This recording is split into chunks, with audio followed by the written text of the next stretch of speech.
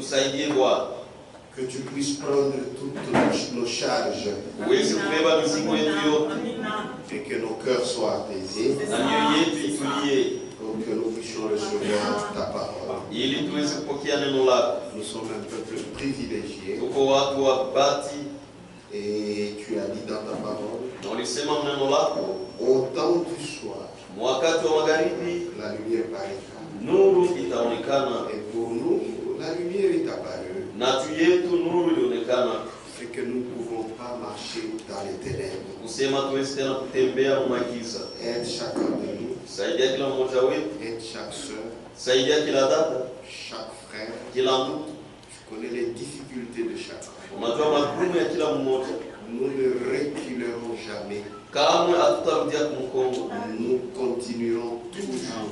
Shie tutaendelea paka. Parce que kwa sababu tu nous as déjà convaincus. Ushakuhakikisha mioyo par ton amour. Kwa mapendo yako. Merci Seigneur. Asante Bwana. Que tout esprit impur pepo mchafu yote puisse s'en aller. Bate kutoka. Au nom de Jésus. Mjina la Yesu Kristo. Amen. Amen. Jean chapitre 1. Yohane sura ya kwanza. Nous allons lire le verset 6. Tutasoma shairi ya 6. Nous irons jusqu'au verset 9. Tutafika mpaka shairi yake ya 9. Il y eut un homme envoyé de Dieu. Kukawa mtu mmoja mwenye kutumwa na Mungu. Son nom était Jean. Jina lake ilikuwa Yohane. Il vint pour servir de témoin. Akaja juu ya kusaidia kama ushuhuda. Pour rendre témoignage à la lumière. Juu ya kushuhudia nuru. Afin que tous crussent par lui. Ili wote wapate kuamini kupitia yeye. Il n'était pas la lumière. Asikukwake nuru. Mais il parut pour rendre témoignage à la lumière. Lakini akaonekana juu ya kushuhudia nuru. Cette lumière. Ile nuru était la véritable lumière. Ilikuwa ni nuru ya kweli. Qui en venant dans le monde. Ile mkuya mudunia. Éclaire tout homme. Iko naangazia mtu wote. Unaweza kukaa.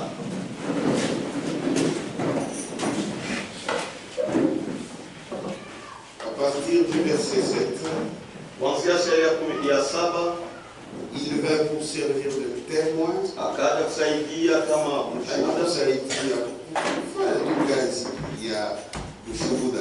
il vint pour servir de témoin. Akaja kufanya kazi ya ushuhuda. C'est ça. Pour rendre témoignage à la lumière. Juu ya kushuhudia nuru. Afin que tous crussent par lui. Ili wote waamini kupitia yeye. C'est de là que je tire mon sujet. Rendre témoignage à la lumière. Jean est apparu au début du jour du salut. Il était un envoyé de Dieu, comme la Bible le dit, pour rendre témoignage à la lumière. Et au verset 7, on dit afin que tous crussent par lui. C'est-à-dire Dieu avait envoyé Jean-Baptiste au matin du jour du salut avec une mission, avec un mandat. Et quel était ce mandat? Ramener les cœurs des pères de l'Ancien Testament vers les enfants du Nouveau Testament. C'est-à-dire les pères de l'Ancien Testament, c'est-à-dire ceux-là qui étaient toujours tournés à l'Ancien Testament, et ne savaient pas que tout s'accomplissait dans le Nouveau Testament. Na hawakujua ya kwamba yote ilikuwa inatimilika mwagano Ils jipya. devaient se tourner vers la foi des enfants Walipaswa sasa kugeukia kwa imani ya watoto du Nouveau Testament. wa mwagano jipya. Ça, c'était sa première mission. Ile ilikuwa ni kazi yake ya kwanza. Ramener les cœurs des pères vers les enfants. Kurudisha mioyo ya baba kwa watoto. Deuxièmement, Ya pili, de préparer au Seigneur kumtayarishia Bwana un peuple watu bien disposé. wenye kuwa tayari. Et comme la Bible le dit, Na sasa hivi Biblia inasema il vint pour servir de témoin, akaja kutumika juu ya kushuhuda, pour rendre témoignage à la juu lumière, ya kushuhudia nuru, afin que tous crussent par lui. ili wote waamini kupitia yeye. C'est-à-dire, malgré qu'il y avait des pharisiens, Kusema ingawa kulikuwa il y Mafarisayo, avait des sadducéens, kulikuwa Masadukayo, tous ces gens-là, wale watu wote ils n'étaient plus dans le plan de Dieu. hawakuwake tena mumapo ya Mungu. Dieu s'est choisi un homme, Mungu alijichakulia mtu, c'est Jean-Baptiste. ni Yohane Mbatizaji. Il est venu, Alikuya il n'était pas dans les goûts de ces gens-là, alishikukwe mwile onjo ya bale batu, mais il était dans les goûts de Dieu lui-même. alikuwa ni mwonjo ya Mungu ye mwenyewe.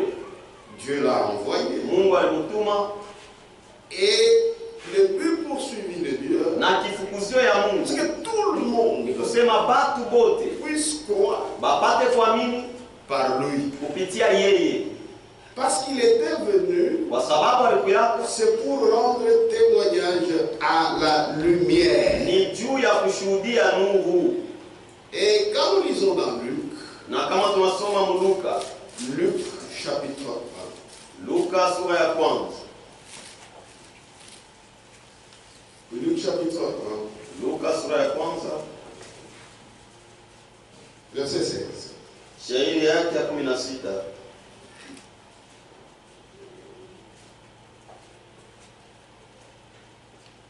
C'est de Jean-Baptiste qu'on parle. Inasemea juu ya Yohane Mbatizaji. Il ramènera plusieurs des fils d'Israël au Seigneur, Atarudishaka wana wengi wa Israeli kwa Bwana à leur Dieu. Mungu wao. C'est-à-dire, Ni kusema les gens ne seront plus à leur Dieu. batu abatakuwa tena kwa Mungu wao, Ils vont s'écarter de leur Dieu. batenda mbali na Mungu wao. Maintenant, lui, quand il devait venir, Sasa yeye wakati alipasha kuya, il ramènera plusieurs des fils d'Israël atarudishaka watoto wengi wa Israeli au Seigneur, kwa Bwana leur Dieu. Mungu wao. 17. 17. Il marchera devant Dieu Atatembeaka mbele ya Mungu avec l'esprit et la puissance d'Élie na roho na uwezo wa Eliya.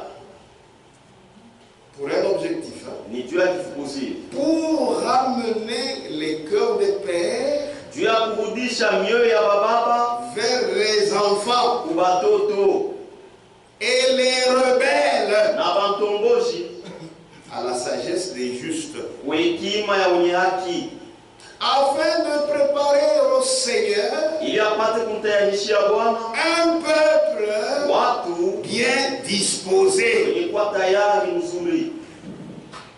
C'est-à-dire à cette époque-là Ni kusema mwile wakati ile où Jean-Baptiste avait paru ule Yohane Mbatizaji alionekana au matin du jour du salut. kwa asubuhi ya siku ya wokovu. C'est-à-dire lui seul, Ni kusema ye peke yake à cette époque-là, mwile wakati ile lui seul ye peke yake était la bouche de Dieu. alikuwa kinywa ya Mungu. Amen. Tout le monde Batu bote devait regarder à lui. balipasha kumwangalia yeye, Et il n'était pas la lumière, na ashikukwake mais nuru, lui rendait témoignage à la lumière. lakini yeye alianzaka kushuhudia nuru. Mais la Bible dit, Lakini Biblia afin inasema que tous ili bote crussent par lui. wote baamini kupitia yeye. Vous ne pouvez pas changer. Hawezi kubadilisha. Et si tu étais aussi à cette époque, Na kama na wewe kwako mwile wakati, ta position msimamo wako serait la même aujourd'hui. ilipasha kuwa msimamo moya moya vile unayo leo. C'est-à-dire, si tu as cru, tu devais croire. Mais si tu rejettes, c'est que même à cette époque-là, tu devais toujours rejeter. Amen. Amen. Afin que tous, Christ parle. Mais ici, on précise bien ce qu'il devait faire. Il marchera devant Dieu. Il marchera devant Dieu avec l'esprit et la puissance d'Élie pour ramener les cœurs des pères vers les enfants, et les rebelles à la sagesse des justes. Et la sagesse des justes, c'était par lui Jean-Baptiste, afin de préparer au Seigneur un peuple bien disposé. C'est-à-dire, c'était le contexte dans lequel les gens ne sont plus à Dieu. C'est comme dans l'Ancien Testament.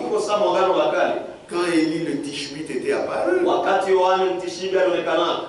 c'était un moment d'idolâtrie. Akab était tiré par le nez par sa païenne femme Jézabel. C'est elle qui dirigeait tous ces prophètes de Baal et d'Astarté.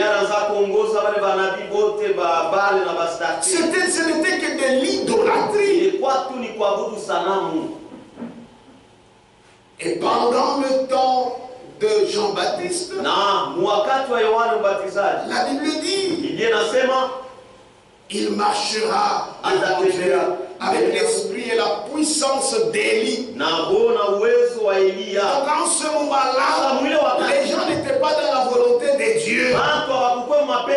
C'est pourquoi la Bible dit, il ramènera plusieurs des fils d'Israël au Seigneur, leur Dieu,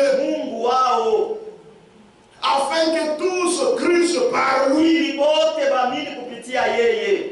Mais en quoi consistait son message? La Bible le dit bien. Et nous l'avons lu. J'aimerais que nous relisions. Jean chapitre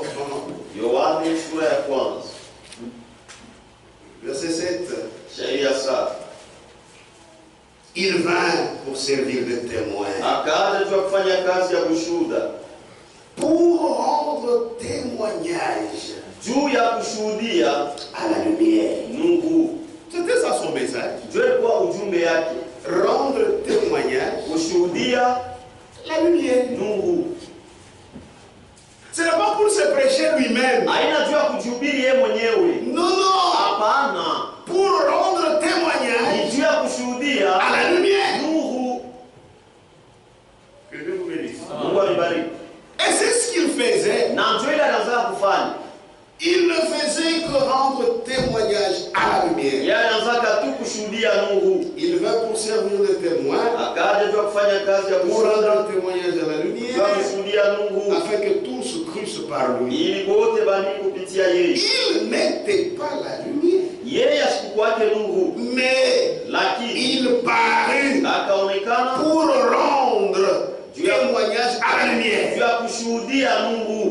Voilà son message. Rendre témoignage à la lumière. Cette lumière était la véritable lumière qui, en venant dans le monde, éclaire tout homme. Tout homme, c'est ça la volonté parfaite de Dieu.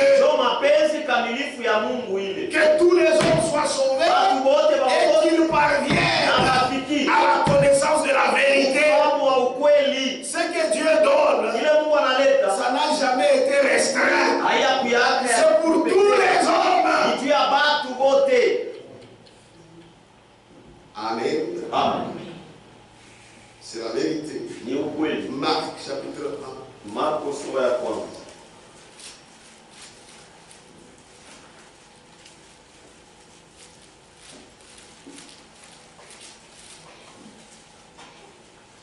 À partir du verset 1er. Kuanzia shairi ya kwanza. Il est venu rendre témoignage à la lumière. Alikuwa On est kushuhudia. toujours, on parle toujours des gens. Ndio nasemea mpaka juu ya Yohani. Nous parlons. Tuko nasemea mpaka juu ya Yohani. Commencement de l'évangile de Jésus-Christ. Mwanzo wa injili wa Yesu Kristo. Vous voyez, hein? Unaona? Commencement de l'évangile de Jésus-Christ. Mwanzo wa injili wa Yesu Kristo, Fils de Dieu. mwana wa Mungu. Selon ce qui est écrit dans Ésaïe, le prophète, Kufuatana na vile imeandikwa Isaya nabii, voici, tazama, j'envoie devant toi mon messager natuma mbele yako mjumbe wangu, qui préparera ton chemin. utatayarisha njia yako. C'est la voix de celui qui crie dans le désert. Ni sauti ya ule kunalalamika mjangwa, Préparez le chemin du Seigneur. tengenezeni njia ya Bwana, Aplanissez ses sentiers. nyosheni mapito yake. Vous voyez, Unaona? le message, Ujumbe. c'est de rendre témoignage à la lumière. Kushuhudia nuru. On a écouté 4. Sasa msikie. Jean parut, Yohani akaonekana baptisant dans le désert akibatiza mjangwa et prêchant le baptême de repentance na akihubiri ubatizo wa toba pour la rémission des juu péchés. ya ondoleo wa mazambi. On a écouté. Sasa msikie. Puisque tous devaient croire par lui. Kwa sababu bote walipaswa kuamini kupitia yeye. Si la ceux-là qui n'avaient pas cru, c'est leur problème. Kama uko bana bakuamini yake ni mambo yabo. Mais la vocation de son message, Lakini c'était mwito ya que ujumbe tout le wake monde croit par lui. ilikuwa ni watu bote baamini kupitia yeye. Tout le pays de Judée Nchi yote ya Yudea et tous les habitants de Jérusalem na bakaji bote wa Yerusalema se rendaient auprès de lui walianzaka kwenda kwake et confessant leurs péchés, na kukiri mazambi zao. ils se faisaient baptiser par lui Walianza kufanya mabatizo kupitia yeye dans le fleuve du Jourdain. mumuto ya Yordani. Amen. Amen. Et ici, on le décrit comment il était. Na hapa wanaonyesha vile alikuwa. Jean avait un vêtement de poil de chameau Yohana alikuwa na vazi na alikuwa na nguo ya manyonya ya ngamia et une ceinture de cuir autour des reins. na mkaba ya ngozi. Donc, il était bizarre. Kusema alikuwa tu mtu wa Mais ovyo, on avait lakini ainsi dit le Seigneur. alikuwa na Tout hivyo le Bwana monde anasema. devait aller à lui. Watu wote walipasaka kwenda kwake.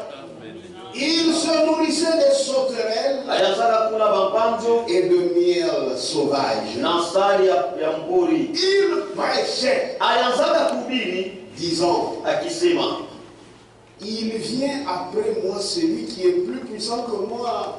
kuko nakuya kisha mie ule ko wa uwezo sana kuliko mimi, Rendre témoignage à la lumière. kushuhudia nuru. Il vient après moi celui qui est plus puissant que Kuko moi. nakuya kisha mie ule ko na uwezo sana kunipita mie, Et je ne suis pas digne de délier na sina na uwezo ya en kufungula me baissant la courroie de ses souliers. kunjama na kufungula kamba ya vilato yake. Moi, Mi je vous ai baptisé d'eau. nilinibatiza kwa maji, Lui, yeye il vous baptisera du Saint-Esprit. atanibatiza na Roho Mtakatifu. Donc il ne faisait que rendre témoignage de lui. Yeye alianza tu ni kumshuhudia. Amen. Amen. Il rendait témoignage à la lumière. Alianzaka kushuhudia nuru. Maintenant, qu'en est-il de ceux qui ont refusé de croire par lui? Sasa iko je juu ya wale walikatala kuamini kupitia Qu'en yeye est-il Yohana? de ceux-là qui ont refusé Iko je juu ya wale de se faire walikatala baptiser par lui? walikatala wabatizwe kupitia yeye? Nous lisons là dans Luc. Tusome Luka. Une question biblique a toujours eu une réponse biblique. Ulizo wa kibiblia inakalapa na jibu ya kibiblia. Luc chapitre 7, Luka sura ya 7 le verset 28. shairi ya 28. Ici, Jésus est en train de parler de lui. Hein. Il est en train de lui jeter des fleurs, on peut dire comme ça. Verset,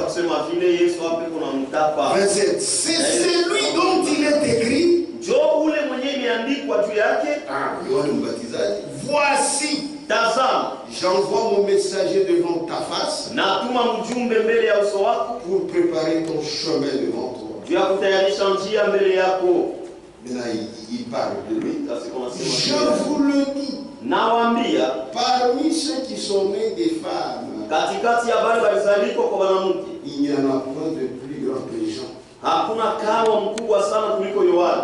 Cependant, le plus petit dans le royaume de Dieu est plus grand que lui. Maintenant, il continue. Et tout le peuple qui l'a entendu, et même les publicains, ont justifié Dieu en se faisant baptiser du baptême des gens. Parce que tous devaient croire par lui. C'était lui la bouche autorisée. Les affaires de Dieu étaient avec lui. Amen. Pourquoi la Bible témoigne. Et tout le peuple qui l'a entendu. Et même les publicains. Ont justifié Dieu en se faisant baptiser du baptême des gens. Ils ont reconnu. Ou toi baptise-nous. 30. Mais les pharisiens et les docteurs de la loi, en ne se faisant pas baptiser par lui, ont rendu nul à leur égard le dessein de Dieu. Donc ce n'est pas le problème de Dieu. Lui, Dieu, il a envoyé son serviteur. Tous devaient croire par lui. Mais par orgueil, ils ont refusé. Ils ont voulu rester avec leur idolâtrie. Ils ont rendu nul à leur égard le dessein. Amen. Écoutez comment frère Franck en parle. C'est dans la lettre circulaire d'octobre 2011. Condensé, volume 4. Page 1764. 1764.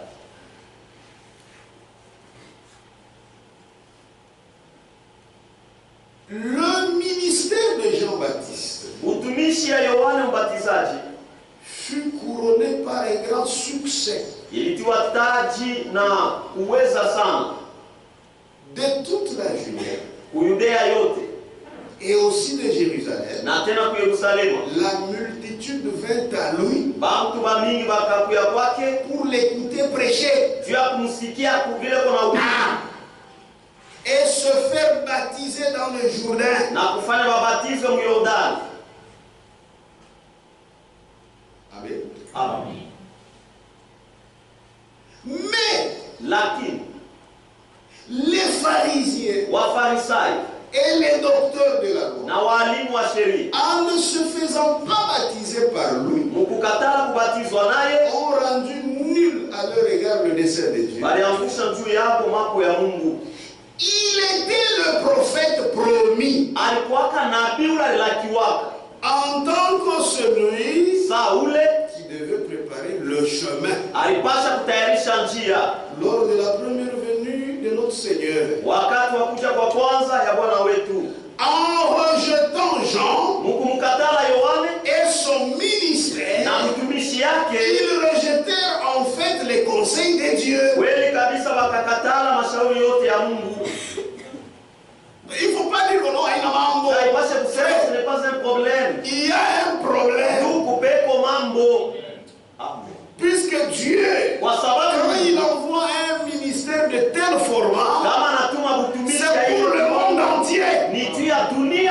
Vous refusez, vous avez des problèmes. Vous êtes dans vos affaires à vous.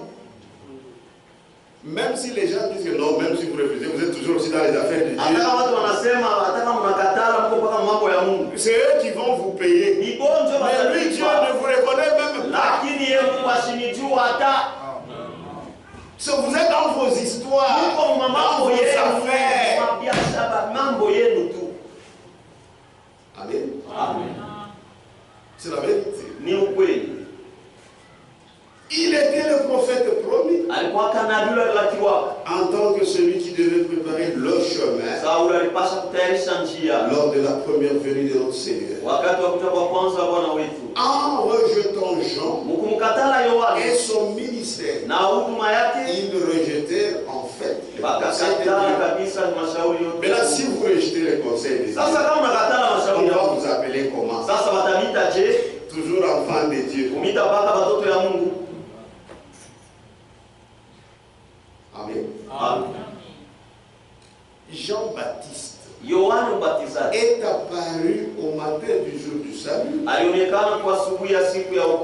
et il devait marcher devant Dieu dans l'esprit d'Élie. Non seulement l'esprit, mais aussi la puissance pour ramener les cœurs des pères vers leurs enfants. Amen. Mais au soir du salut, Dieu a envoyé encore un homme. Vous le connaissez? C'est William Marion Branham. Lui aussi, le ministère qu'il a reçu, ce n'est pas seulement pour son territoire là des États-Unis, non. C'est dans le monde entier. Pour ramener les cœurs des enfants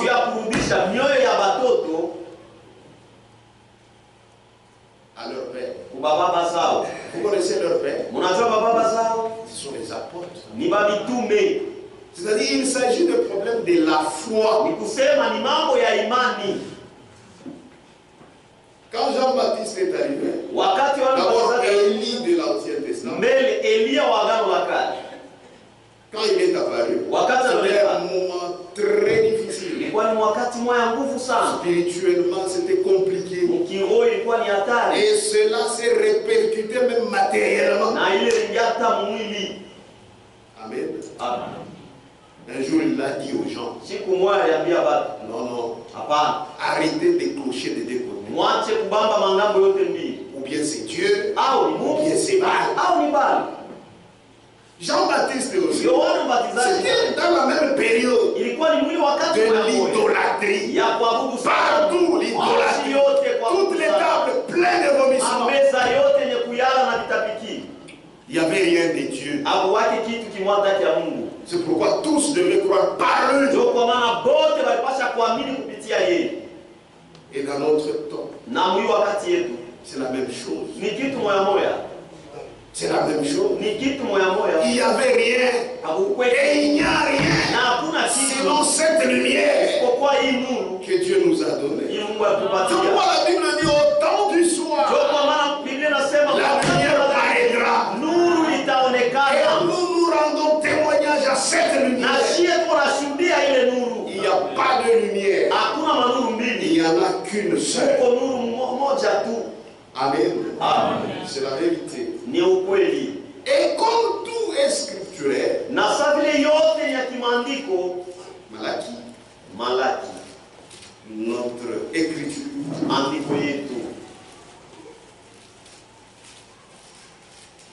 Malaki chapitre 4, Malaki sura ya 4 5 à 6. shairi ya 5 mpaka 6. On connaît bien cette écriture, on peut même le dire par cœur. Souvenez-vous, non, on commence directement au verset 5 pour aller. Voici, je vous enverrai Élie, tazama atanitumiaka Eliya le prophète, nabii de l'Éternel arrive, mbele ya siku ya Bwana ipate kufika, ce jour grand ile siku kubwa et redoutable. na ya kuogopesha. Il ramènera le cœur des pères Atarudishaka mioyo ya bababa à leurs enfants. watoto yao. Ça c'est accompli avec qui? Ili timilika na nani? Avec qui? Na nani? Avec Jean-Baptiste. Yohane Mbatizaji. Le cœur de père Mioyo ya bababa à leurs enfants. watoto zao.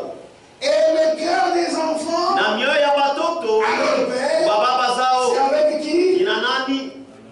William Na Marion. William Marion Branham. Que Dieu vous bénisse. Amen. Dans Matthieu, Mumatayo. chapitre 17. Matayo sura 17. Verset 11. Shairi ya 11.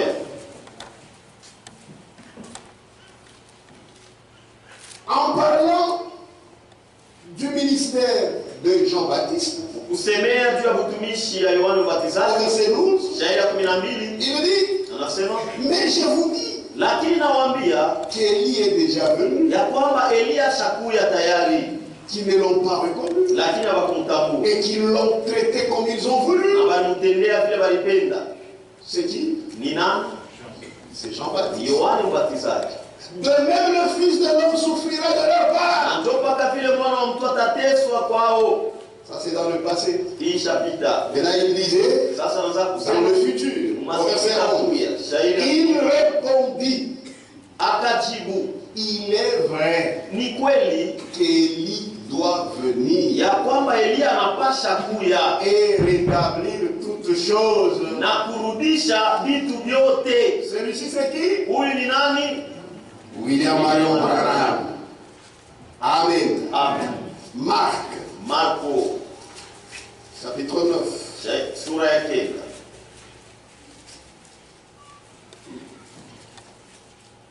Verset 12. Shairi ya 12.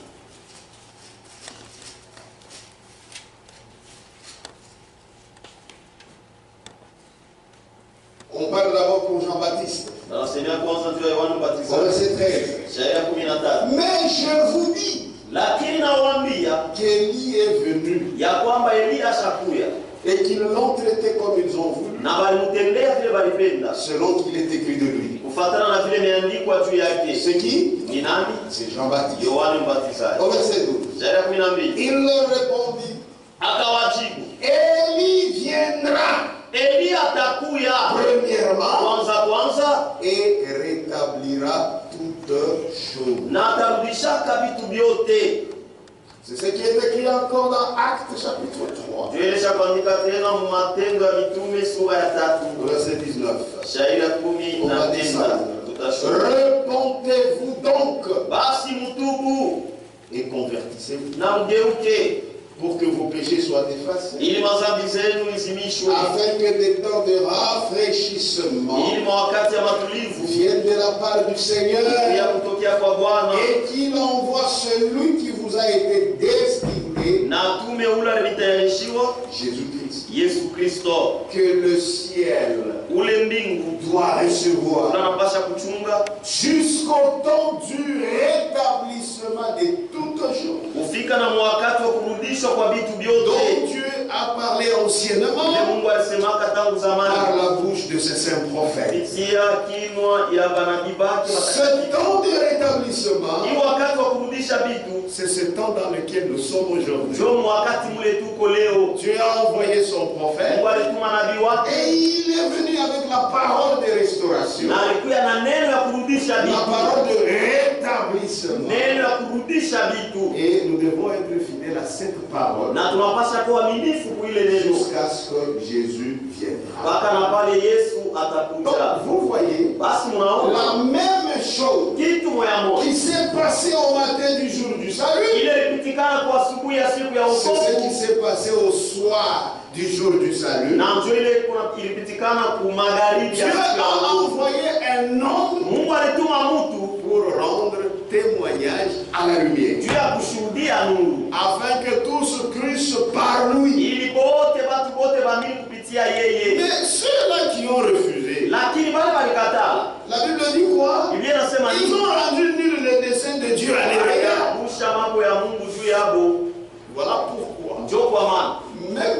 frère Branham, hata wakati ndugu Branham Dieu lui parlait Mungu anaanza kusema naye en 1933. 1933 Dieu a fait un parallélisme Mungu entre alifanya Jean-Baptiste Mungu alifanya kulinganisha katikati ya Yohana Mbatizaji et lui Branham. na yeye Branham. La même chose se répète. Kusema ni kitu moyo kunafanyika. Amen. Amen. Ce qui s'est passé, Ile ilipitika. je suivais quelqu'un Ilikuwa nafuata mtu sur internet. kwa internet. C'est un dénominationnel. Yeye ni mtu wa kizehebu. Il dit ceci. Anasema hivi. Il dit, même si nous ne croyons pas Asema hata kama hatuamini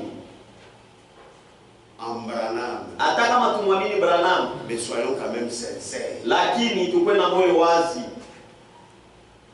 Il dit, après Jésus-Christ, Asema kisha Yesu Kristo, même nous qui lisons des livres, hata shiba tunaanza kusoma il dit, il n'y a jamais une personne asema akuya kuyaka mtu qui a été confirmé ule alihakikishiwa comme Branham. sa Branham.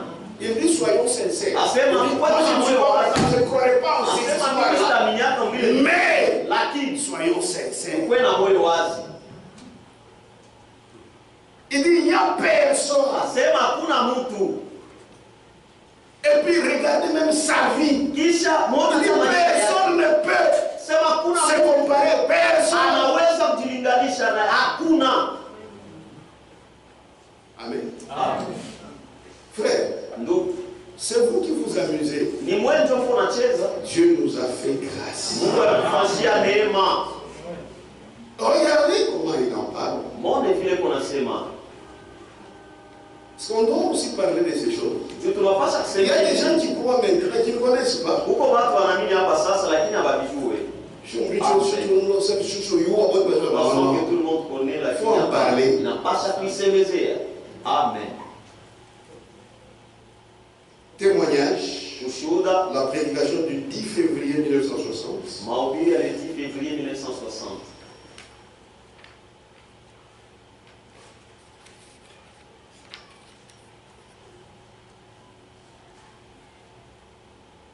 Il dit, le Seigneur bénissait puissamment. Asema Bwana alikuwa anabariki kwa uwezo. J'ai donné la page. Page 3-4. Ukarasa wa 3 na 4. Ici chez moi, il n'y a pas de paragraphe. Huko kwamba kuna mawazo. Le Seigneur bénissait puissamment. Bwana anaweza kubariki na uwezo sana. Et dès ma première évangélisation qui dura 2 semaines, Na kadiri tu ya kuhubiri kwa injili ilifanya majuma 2, 500 personnes donnaient leur vie au Seigneur. batu 500 bakamini Bwana. Je descendis avec eux jusqu'au fleuve Nikaenda nabo mpaka kumuto pour les baptiser. juu ya kubabatiza. Quelques milliers de personnes regardaient depuis la rive. Batu ba mingi banaanza kuangalia kule pembeni ya mto. Il y avait une réelle sécheresse. Kulikuwaka tu kukauka tu Frère, kipwa.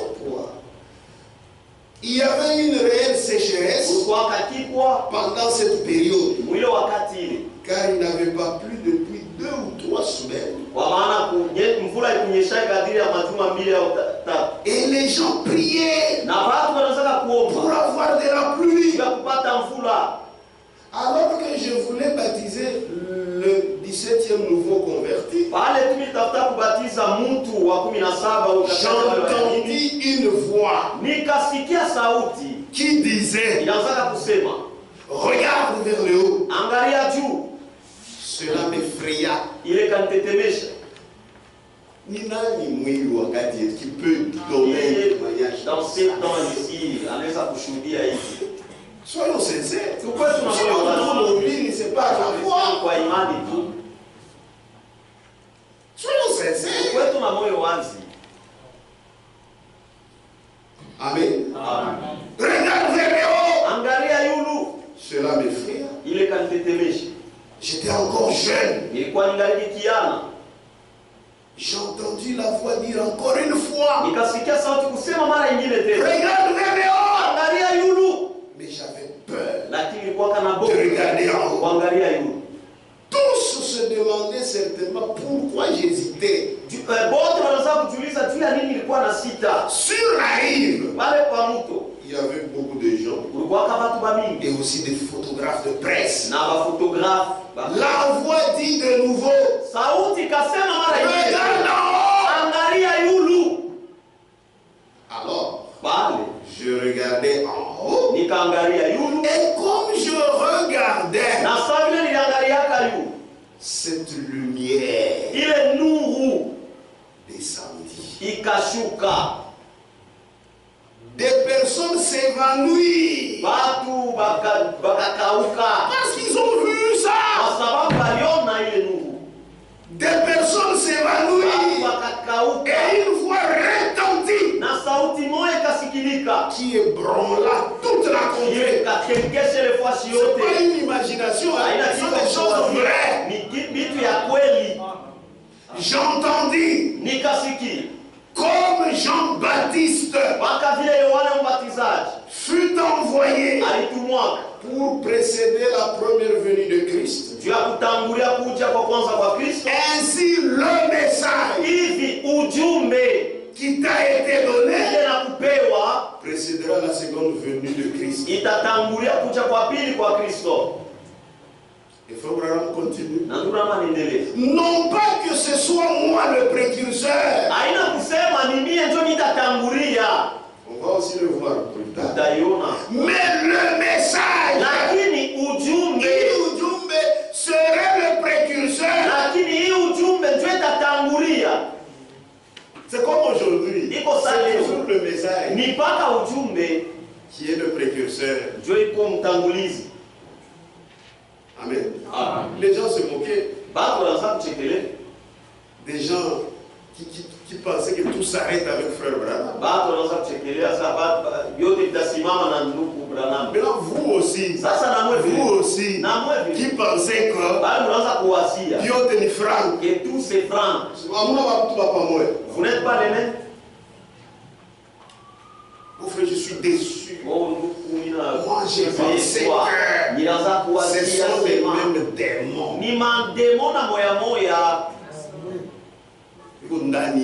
Qui sont en vous. Abraham, on a dit, c'est ce message.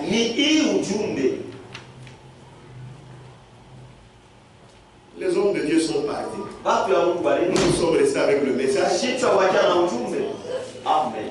Quand on a coupé, si vous le mettez, allez qu'on vous enterre ensemble avec lui. Nous avons la parole. Si et qu'on en est, non. Amen. Amen. Je suis déçu, frère. Je regrette, frère. Dieu fera toujours ça. Pour que pour que votre voix sorte dans les champs et ça va dans la parole. Amen. Non pas que ce soit moi le précurseur, mais le message. Je ne suis pas plus que quiconque. Il s'agit de Christ. Il est venu rendre témoignage à la lumière. Amen. Amen. Et on lui dit, le message qui t'a été donné précédera la seconde venue de Christ. C'est ça. Il devait rendre témoignage à la lumière. Le message, c'est quoi? C'est ça la lumière. Amen. C'est la vérité. Le message, c'est ça la lumière. Auquel il est revenu rendre témoignage.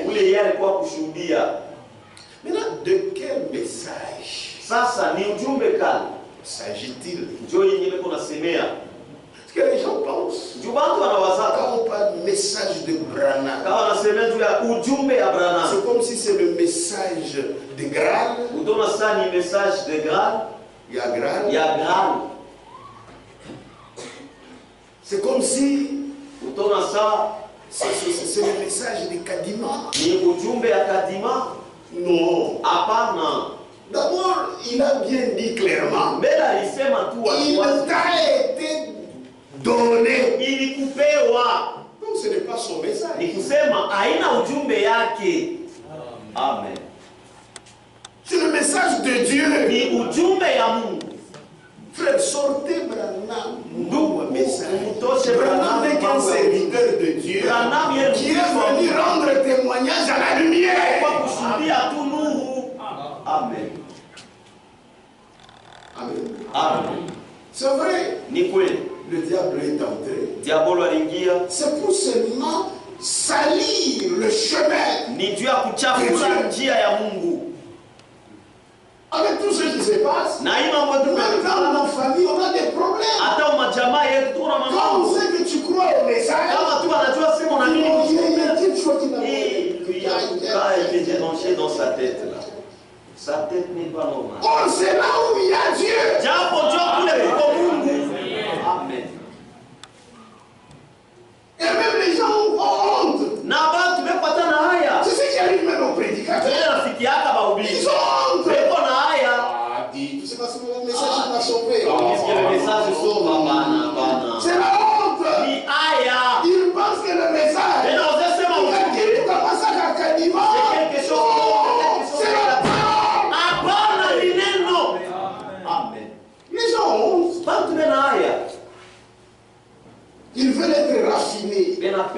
On pense que leur église, c'est comme les autres. Nous ne pouvons pas avoir honte. C'est ce que Dieu a fait. Tu donnes des gens baptistes, tous devaient croire.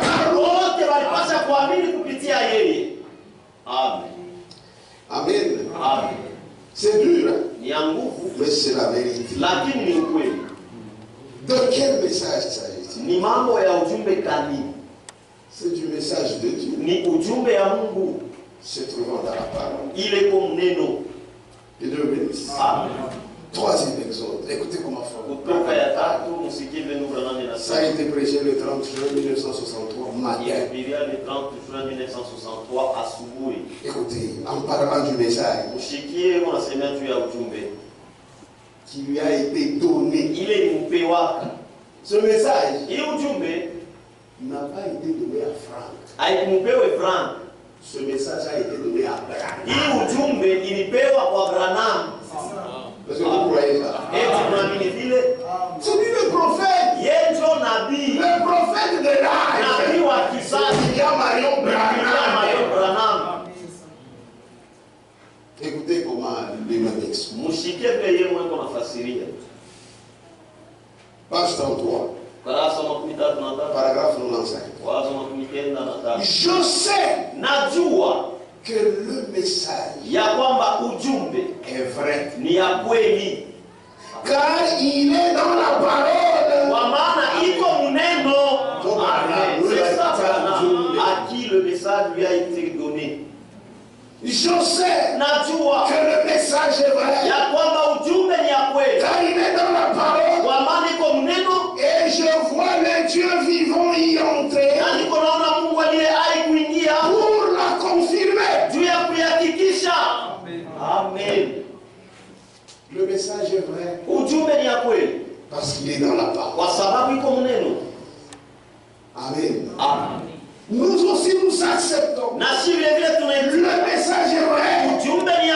Car il est dans la parole. Amen. Lettre circulaire de mai 2010. Mai 2010. Dans mon condensé, c'est volume 4, page 1702. Page 1702.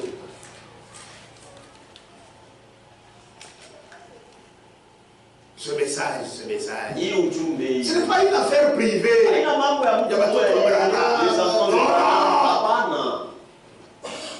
non. Les gens ont pensé qu'en restant fidèles avec les enfants de frère Branham, c'est ça rester avec la parole. Aina mambo wakadima na mambo ya kibangu. Ni mambo ya Mungu. Ça, ce sont les affaires de Dieu. Il ne s'agit donc pas ici d'un message personnel fabriqué de toutes pièces.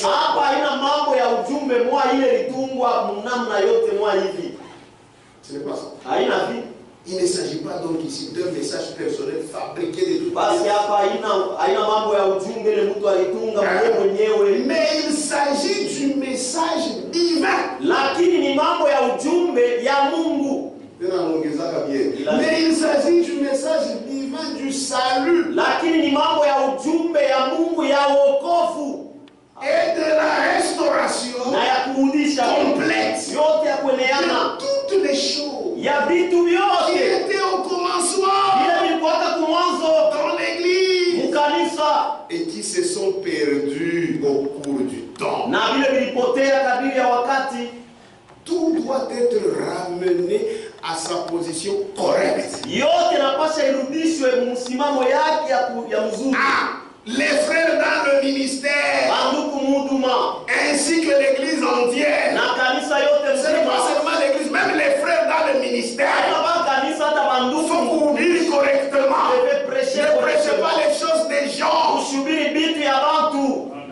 Vous voulez être bien avec les gens, Unapenda kuwa bien na mais watu, avec Dieu, lakini na vous ne Mungu voulez pas être bien avec lui. haupende kuwa bien naye. Quelqu'un a fondé ces histoires, il les a Anatunga fabriquées de toutes pièces, il vous les impose. ananikazirisha Vous acceptez. na mambo Moi, unanichika. je n'aime pas les problèmes. Ami, Tu auras des problèmes avec Dieu. utapata mambo na Mungu. Amen. Amen. Amen. C'est la vérité. Ni ukweli. Tout doit être ramené à sa position correcte. Yote napasi rudishwe msimamo yake. Les frères dans le ministère, Banduku mtumishi. ainsi que l'église entière, Vile na kanisa yote mzima. au travers du ministère de Jean-Baptiste, Kupitia utumishi ya Yohana Mbatizaji. les cœurs de ceux qui vivaient dans la foi des pères de l'Ancien Testament Mioyo ya wale wanaanza kuishi muimani ya baba wa mwagano la kale furent dirigés vers la foi des enfants du Nouveau Testament, ikaongozwa kuimani ya watoto wa mwagano jipya. afin de préparer au Seigneur un peuple bien disposé. Ya kumtayarishia Bwana watu wenye kuwa tayari. Luc 1, 16 à 17. Luka sura ya kwanza shairi ya 17. Par le ministère que Dieu avait donné à frère Branham, Kupitia utumishi ile Mungu alipatiaka ndugu Branham, les cœurs des enfants de Dieu, mioyo ya watoto ya Mungu. Amen. Amen. Les cœurs des enfants de Dieu Mioyo ya watoto ya Mungu sont ramenés kisha kurudishwa.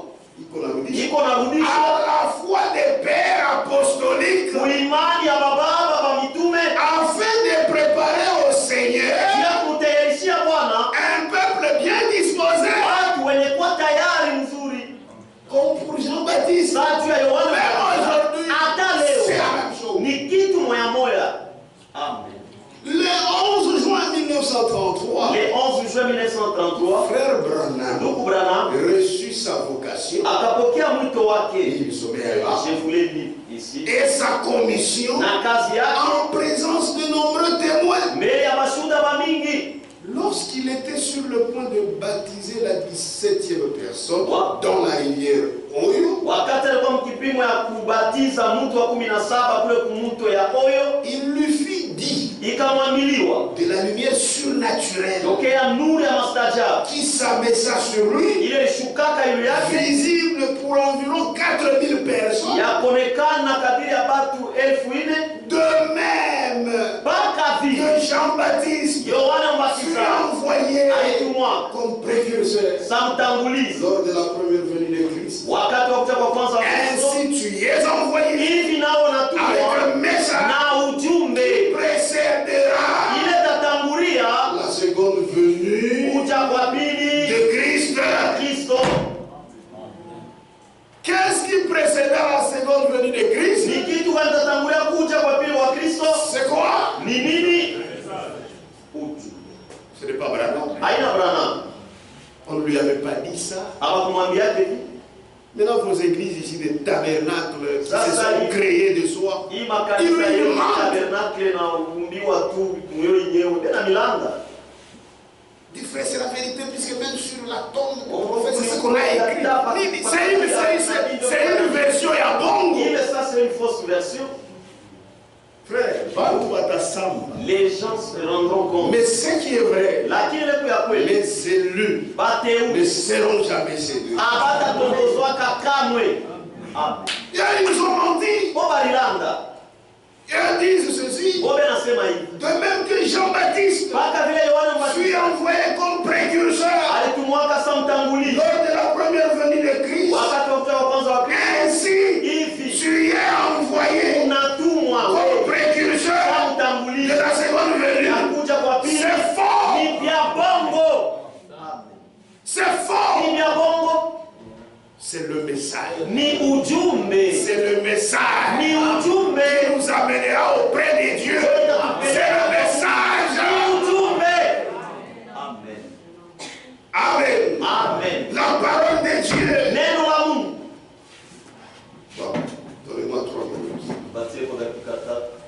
Vous me donnez? Frère, tu m'en as pas? On est dans la gentil. Tu as toujours été gentil. Amen. Amen. C'est la vérité. Ni ukweli.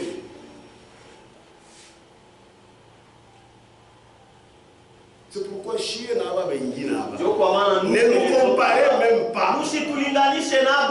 Et ils sont dans leurs affaires. Pourquoi moi je les considère tous qui est des dénominations? Attends, oui. Même si tu n'acceptes pas. Quand la dénomination altère la parole, c'est là qu'il y a le problème. Celui qui va chez Madame, ce n'est pas un problème. Tous dans les feux. Amen.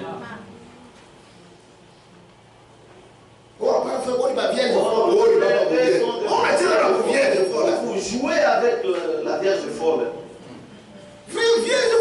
Vierge folle. Ils vont participer dans la première résurrection. Les gens croient que non, Branham c'est vieux. Amen. Amen. Le message n'a eu la présence stricte pas caïd. Le message aussi exige d'être strict. C'est pas normal, frère. Quelqu'un passe avec la photo de Branham. Ah, c'est une vierge forte.